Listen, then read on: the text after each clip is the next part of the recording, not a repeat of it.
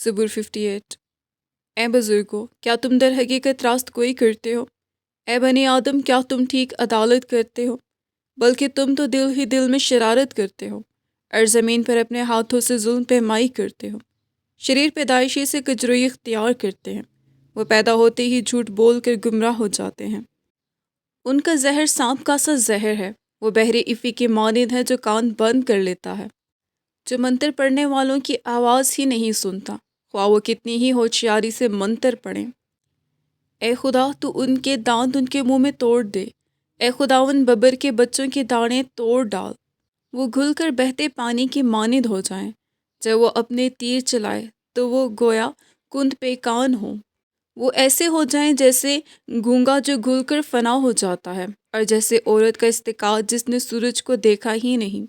اس سے پہلے کہ تمہاری ہانڈیوں کو کانٹوں کی آنچ لگے، وہ ہرے اور جلتے دونوں کو یکساں بگولے سے اڑا لے جائے گا۔ صادق انتقام کو دیکھ کر خوش ہوگا، وہ شریر کے خون سے اپنے پاؤں تر کرے گا۔